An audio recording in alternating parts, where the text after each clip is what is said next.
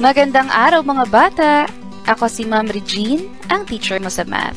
Sa video na ito ay ating bibigyang kasagutan ang katanungan ng ating mga grade 7 na mag-aaral. Paano ko nga bang sasagutan ang mga learning tasks sa module? Ito ang ating module for quarter 2 ng Mathematics grade 7. This is an SLM or self-learning module. What is a self-learning module? It is designed to provide information, activities, and new learning that the learners need to work on. As a learner, it will help you attain the prescribed grade-level knowledge, skills, attitude, and values at your own pace outside the normal classroom setting. Ano ang kaibahan ng ating module for quarter 2 mula doon sa module natin for quarter 1? Ang module na ito for quarter 2 ay naglalaman ng pivot assessment card for learners na matatagpuan sa page 38 na naglalaman ng personal assessment on learners' level of performance. Ito ang pivot assessment card for learners. Meron itong mga instructions at ito yung mga i-input natin na symbols dito sa mga padlang sa LP or level of performance. Discuss natin isa-isa. This is the distribution of learning tasks per week for quarter 2. Mula sa week 1, sa ilalim nito meron tayong learning task 1 to 8. LP ay yung level of performance. Ito yung mga blanks na lalagyan mo ng sagot mo na symbol. Mula week 1 hanggang week 8. Ang module for quarter 2 ng Mathematics ay naglalaman ng lessons for week 1 hanggang week 8. Pero unlike other subjects, meron lamang itong learning tasks hanggang learning task 3. Kaya naman hindi natin sasagutan yung learning tasks 4 to 8. Ang lalagyan lamang natin ng symbol for level of performance ay mula sa learning task 1 to 3 for week 1 to week 8. At sa Mathematics, magkasama iyong lesson for week 1 and 2 dahil mahaba iyong topic for measurement. Kaya iyong mga ilalagay mo rito na symbols ay ganun din ang ilalagay mo rito sa week 2. Iba-iba naman yung lessons natin for week 3 hanggang week 8. Ano-ano nga ba ang ilalagay natin na symbol dito sa LP or level of performance? Star. I was able to do or perform the task without any difficulty. The task helped me in understanding the target, content, or lesson. Ilalagay natin dito ang star sa mga patlang na ito kung na-perform natin ng maayos yung mga learning tasks na hindi nahihirapan gaano. Aside from star, we also have the check mark. I was able to do or perform the task. It was quite challenging but it still helped me in understanding the target, content, or lesson.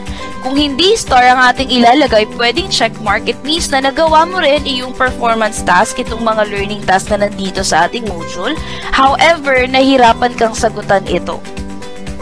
At kung hindi naman star symbol or check mark, pwedeng ang ilagay mo ay question mark.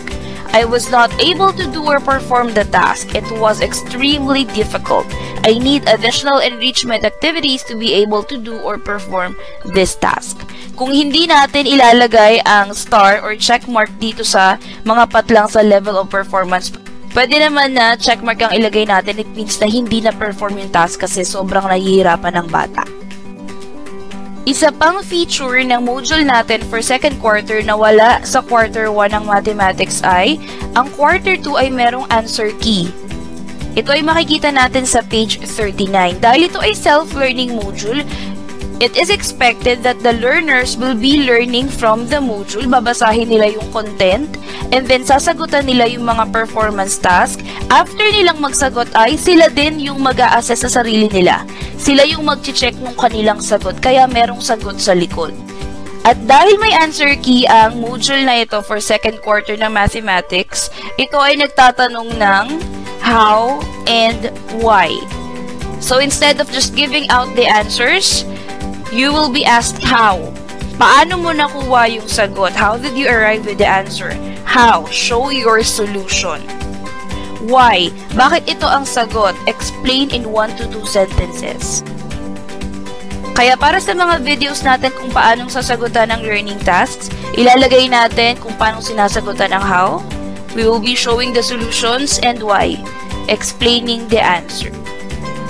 those questions that do not require solution, ang gagawin natin ay i-explain natin ang sagot. This video is focusing on week 8 of our 4A Cube MELC-based grade 7 mathematics module for quarter 2, lesson 8. Meron na rin tayong naihandang video discussion paukol dito, solving linear equations and inequalities in one variable. Ito ay available na sa ating YouTube channel, Ang Teacher Mo sa Math. Week 8 of our grade 7 quarter 2 mathematics module, this is all about solving linear equations and inequality in one variable. At meron tayong tatlong learning tasks na kailangan i-accomplish paukol dito. Learning task 1, ito ay makikita natin sa D part or discussion. Ito ay nasa page 36. Learning task 2 naman ay nasa E part or evaluation, nasa page 37. At ang learning task 3 naman ay nasa A part or assessment, na nasa page 37. Magdako tayo sa learning task 1. Ito ang ating makikita for learning task 1. What value or value of x will make the equation or inequality true? So for learning task 1, meron tayong 10 items dito. 1 to 5, it's all about equations. And then 6 to 10, patungkol naman to sa inequalities. Basically, for learning task 1, ang gagawin lang natin ay hanapin natin yung value ng x. Tandaan natin mga bata na yung value ng x, it is called solution of the equation, kung equation, or solution of the inequality, kung inequality.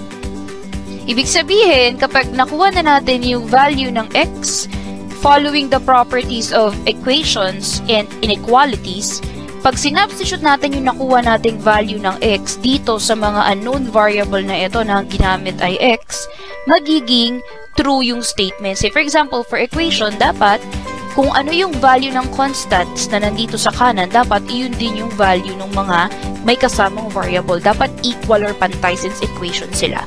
Dito naman sa 6 to 10 mga inequalities, depende doon sa ginagamit na inequality symbol. Say for example, number 6. Itong 5x na to, pag nakuha natin yung value nitong x, dapat pag sinubstitute natin siya rito, yung kanyang magiging value ng 5x, it should be greater than 5. Hindi pwedeng maging less than 5 siya. Dahil yung value ng x, it should make the statement true. So for learning task 1, ang gagawin lang natin dyan ay kunin lang talaga yung value ng x. Ito ang example kung paano natin kinukuha ang value ng x for both equation and inequality. Finding the solution of a linear equation in one variable. Solve for the value of x. Ito yung ating linear equation. 2x plus 5 is equal to 21. Para ito ay ating masolve, we need to apply the properties of equality. Meron tayong general rule para sa linear equation, ganun na rin sa linear inequality. We have to consider that the relational symbol, it's either siya ay para sa equation or para sa inequality, siya yung gitna ng ating sentence. Ito yung mga nasa kaliwa niya at ito naman yung mga values na nasa kanan niya. Dapat, yung mga nasa kaliwa ng ating equal sign or inequality sign, dapat lagi siyang may kasamang variable. So, itong 2x, nasa tamang pwesto siya. Ito namang mga nasa kanan, dapat mga constants. So, walang kasamang variable. Constants lang. Therefore, itong 21, nasa kanan siya, nasa tamang pwesto siya. Pero itong plus 5 na ito, siya ay constant lang. At ang mga constants ay dapat nasa kanan. Therefore, itong plus 5 ay dapat na inililipat or tinatranspose natin dito sa kanan. When we say transpose, kung ililipat natin siya ng pwesto, say from kaliwa, pupunta siya sa kanan, from positive 5, magiging negative 5 na ito at mawawala na siya rito dahil ililipat na natin siya ng pwesto. Another way of solving a linear equation aside from transposing, pwede rin naman natin i-apply yung ating properties of equalities. Itong 5 na ito ay considered as positive dahil yung sign before it ay plus sign. Dahil siya ay positive, kailangan natin yung kanyang reciprocal which is negative 5. Add negative 5 to both of them sa both sides. Dito sa 2x plus 5, i-add natin yung negative 5. 21, i-add din natin yung minus 5. This is under APE. Add them together, makakancel na yung plus 5 at negative 5. dahil 0 pair ito. 21 minus 5, this is 16. Just drop down 2x dahil wala naman siyang kapareho na term. 2x is equal to 16. Nasa tamang pwesto na sila. However, pwede pa natin siyang isimplify dahil ang kailangan natin ay value lamang ng x at hindi twice the number. Therefore, i-apply natin ang isa pang property of equality. We have to multiply both sides by the reciprocal of the numerical coefficient. Dahil ang ating numerical coefficient sa 2x ay 2, ang reciprocal niyan ay 1/2. So, we have to multiply both sides by 1/2. This is under MPE, multiplication property of equality. Multiply 1/2 to both of them. Magiging 2 multiplied to 1 is 2. 2 divided by 2 is 1. Dito naman, 16 multiplied to 1 divided by 2. Kaya ang ating magiging result, ang x natin, ang value niya ay 8. Dahil 16 multiplied to 1 is 16 divided by 2, 8. Dito naman, maka-cancel out na natin yung numerical coefficient. Ang sagot natin ay 1x. Hindi na natin kailangang isulat pa yung 1 dahil invisible lang siya na numerical coefficient. Therefore, ang ating value ay 8. Ang ating solution dito sa linear equation na 2x plus 5 is equal to 21 ay 8.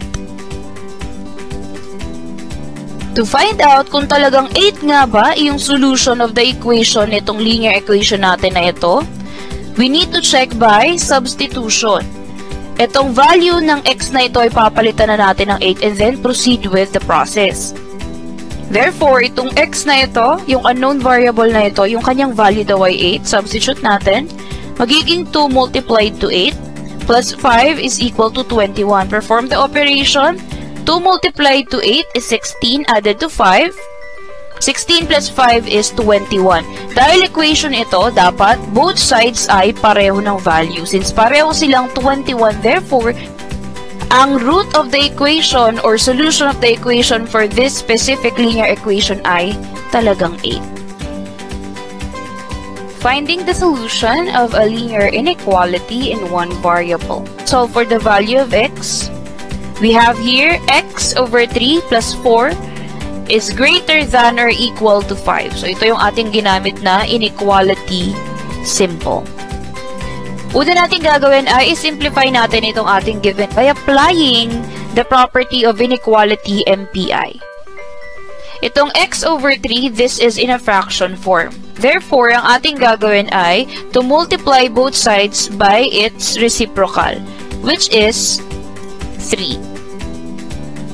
Dahil itong x over 3, ito ay fraction form. Kaya yung reciprocal niya ay dapat hindi maging fraction. Multiply them both sides. Maka-cancel out na itong 3. Dahil 3 multiplied to x ay 3x. 3x divided by 3, yun ay magiging 1x. Or simply, x lamang. Magiging invisible 1 na kasi yung numerical coefficient na 1. 12 ay nanggaling sa 3 multiplied to 4. Copy the inequality symbol. Itong 15 naman ay galing sa 3 multiplied to 5. After simplifying, nakuha na natin yung ating linear inequality na x plus 12 is greater than or equal to 15.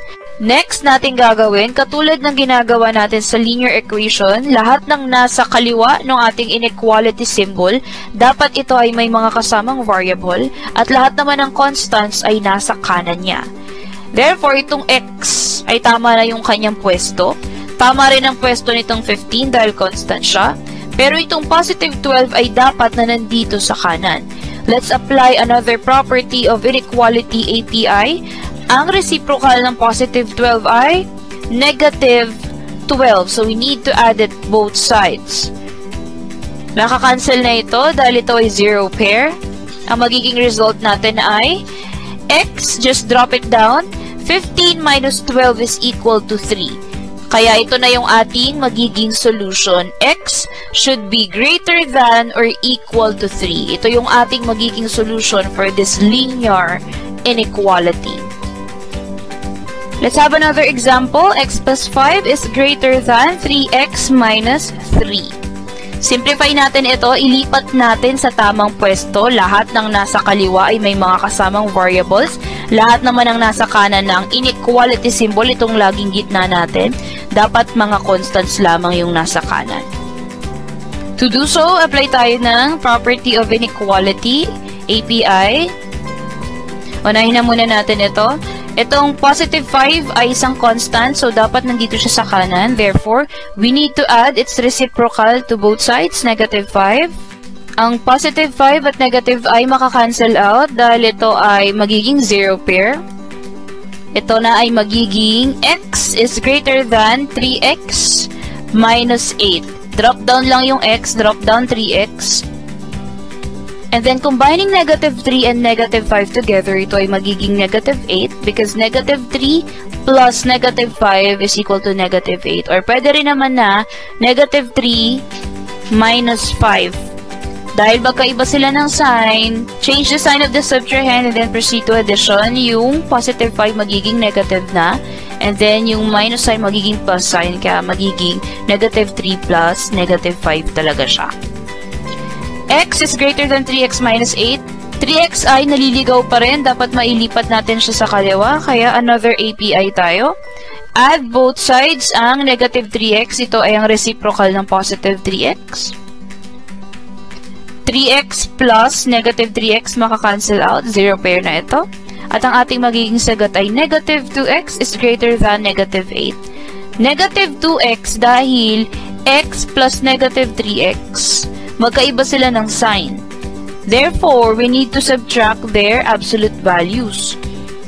Ang numerical coefficient na x ay invisible 1. At ang numerical coefficient naman ng 3x ay 3. So, 3 minus 1 is equal to 2. And then, base the sign on the original sign of the bigger number. Ang negative 3x ay negative, kaya magiging negative 2x talaga yung sagot. Just copy the literal coefficient. Meron na tayong negative 2x is greater than negative 8. We need to further simplify this inequality dahil ang kailangan lamang naman natin ay yung value ng x. So let's apply another property of inequality, MPI, wherein we will multiply both sides by the reciprocal of the numerical coefficient negative 2. At ang kanyang reciprocal ay negative 1/2. Dahil ito ay hindi naka-fraction form, ang reciprocal niya fraction form. Negative ito, kaya negative din. We need to multiply them both sides sa reciprocal nga ng ating negative 2 na negative 1/2. Aside from this one, you can also divide both sides by negative 2. Pareho lang naman yun. If we perform the operation 2, multiply to 1, 2. 2 divided by 2 is 1. And then dahil pareho silang negative, ang sagot may magiging positive 1. Positive 1x na magiging x na lamang dahil no need na nating isulat ang 1. And then ito naman na negative 8 multiplied to negative 1/2. 8 multiplied to 1 ay 8, divided by 2 is equal to 4. Dahil pareho sila na negative, ang sagot ay magiging positive 4 na. Therefore, ang ating magiging sagot na dito ay x is less than 4. Kung mapapansin natin mga bata, na baliktad yung ating inequality symbol from greater than, naging less than na siya.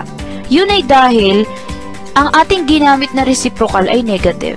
Kapag tayo ay nag-multiply sa negative na reciprocal or pag tayo ay nag-divide sa negative na divisor, automatic na yung ating sign ay babalik ta rin. Pero kapag positive yung ating reciprocal or positive yung nasa ating denominator, no need na baliktarin yung ating inequality symbol. Binabaliktad lang natin yung ating inequality symbol kapag negative yung ating reciprocal or divisor. In this case, dahil negative, binaliktad natin siya. X is less than 4. Ito na yung ating solution to the inequality, yung value ng ating x. Ganyan natin mga bata kung paanong kinukuha ang value ng x for both equations and inequalities. Mga paalala lamang para hindi tayo malito since halos pareho lang naman yung process nilang dalawa. Lagi nating tatandaan na yung equal sign at saka yung mga inequality symbols, iyon yung i-consider natin na nasa gitna ng dalawang quantities na ating kino-compare. Merong quantities na nasa kaliwa at meron ding mga quantities na nasa kanan noong ating symbol. Lagi nating tatandaan na yung mga nasa kaliwa ng ating equal sign or inequality sign, yun yung may mga kasamang variable. At yung mga nasa kanan, iyon yung mga constants at walang kasamang variable. Numbers lang, walang kasamang letters. Tulad nitong number 1. 2x is equal to 6. Tama yung pwesto ni 2x dahil may kasama siyang variable, dapat nasa kaliwa siya ng ating equal sign. At tama na rin yung pwesto ni 6 dahil nasa kanan siya, constant siya. Kaya naman, since tama na yung pwesto nila, ang hinahanap natin na value ay value of x lamang. Since 2x pa ito, kailangan pa natin siyang i-simplify further. Kailangan nating makuha yung value ng x lamang. Paano ginagawa yun? Kailangan nating i-apply ang property na MPE or multiplication property of equality. Or simply, divide both sides doon sa numerical coefficient. Kung ano yung katabi nung variable, iyon yung gagawin nating divisor. So in this case, 2x at saka 6, divide both sides by 2. Kasi 2 yung katabi ni x. Next, number 2. Meron tayo ditong 2x plus 2 is equal to 8. Tulad na sinabi ko kanina, mali ang pwesto ni plus 2 dahil nasa kaliwa siya ng equal sign. Constant lang siya, wala siyang kasamang variable, so dapat nasa kanan siya. Ang gagawin natin dyan para mailipat siya, meron tayong 2 ways kung paano natin maililipat itong si plus 2 dito sa kanan. First, you can transpose. When you say transpose, ililipat mo lang siya simply. So, si 2 nandito na, mawawala na siya rito. 2x na lang ang matitira. Pero, kailangang baliktarin mo yung sign. Since dito sa kaliwa siya ay plus 2, pag nilipat mo siya dito sa kanan or ita-transpose mo siya, kailangan maging minus 2 na siya. Yun ang ating laging basic rule for transposing. Pag ililipat mo siya ng pwesto mula kaliwa pa kanan o kanan pa kaliwa, kung ano yung sign niya, babaliktarin mo. Yun yung ating first method. Kung hindi ka magta-transpose, i-apply mo yung rule ng APE or addition property of equality, wherein i-add mo both sides yung reciprocal niya. Positive 2 ito, ang reciprocal niya ay negative 2. So, ang gawin mo, add negative 2 both sides. Since mag-a-add na tayo ng reciprocal sa kanya, plus 2 plus negative 2, magiging 0 pair. Cancel out na siya. Kaya mawawala na talaga siya dyan. Ang matitira ay 2x na lang. And then dito, sa 8, mag-a-add ka rin ng negative 2. Basta tandaan natin na kung anong ginawa mo dito sa kaliwa, dapat yun din ang gagawin mong process sa kanan. Hindi pwedeng kaliwa lang, tapos hindi ka nag-perform ng process sa kanan. Dapat lagi siyang pantay. Next, itong number 3 ay katulad nung nakita natin sa video. Para ma-simplify natin ito, kailangan nating i-apply ang MPE or multiplication property of equality. Fraction ito, x over 6, kaya kailangan natin siyang i-multiply sa hindi fraction, sa kabaliktaran niya. Dahil ang fraction, ang kabaliktaran niyan, whole number. So ito ay 6, 6 yung nasa baba, kaya kailangan natin i-multiply both sides siya, yung x over 6 at yung 3, multiply natin by 6. Para ma-cancel out natin, maging 1 na lang siya. Next, for number 4, naka-enclose sa parenthesis yung x minus 2. Kaya ang una natin gagawin ay, distribute muna natin, 3 multiplied to x, copy yung minus sign, and then 3 multiplied to 2. Pag nakuha mo na yung sagot, kung mapapansin natin, itong negative 2 na ito, o yung sagot natin pag dinistribute natin yung 3 and negative 2, tama ba yung pwesto niya o mali? Kung constant siya, kailangan natin siyang ilipat dito sa kanan. Kung siya ay may kasamang variable, as is, nasa kaliwa na siya. And then, katulad nung number 1 yung gagawin natin. Divide natin both sides doon sa katabi ng variable or sa ating numerical coefficient. Next, for number 5, 3 plus x is equal to 2x minus 1. Dalawa yung ililipat mo rito. First, yung 3 ay constant. Therefore, dapat natin siyang ilipat dito sa kanan. Si x ay tama lang, as is yung pwesto niya. Nasa kaliwa talaga siya dahil variable siya. 2x na nasa kanan, ililipat natin siya dito sa kaliwa. So, from positive, dapat mababaliktad yung sign niya. Ito din 3. From positive, mababaliktad yung sign. Si minus 1, as is lang siya dito sa kanan dahil constant lang siya. And then, perform na natin yung operation. Kailangan ba nating i-apply ang APE? Kailangan ba natin i-apply ang MPE? Kailangan na makuha natin yung value ng x by applying properties of equation. For number 6 naman mga bata, eto, 5x is greater than 5. Ang gagawin lang natin dito ay divide both sides by numerical coefficient na 5. So, number 7, 3x tama yung pwesto niya. Kaso yung negative 4 ay mali yung pwesto, so ilipat natin siya sa kabila. Magiging positive na yung sign niya and then perform the operation. Dito sa number 8, ito ay parang katulad lang din ng number 3. Kaya gagawin natin dito, since fraction form ito, una ay i-apply muna natin yung MPI or multiplication property of inequality. Since 3 ito na naka-fraction form, multiply natin both sides by 3 na hindi fraction, isang buong number, whole number. And then perform API or MPI kung kailangan. Number 9, distribute muna natin yung 2 by x at saka yung 2 and 3. Distribute muna. And then, mali yung pwesto ng constant, ilipat sa kanan. Number 10 ay parang itong number 5 din, pero instead na equation, inequality ito less than.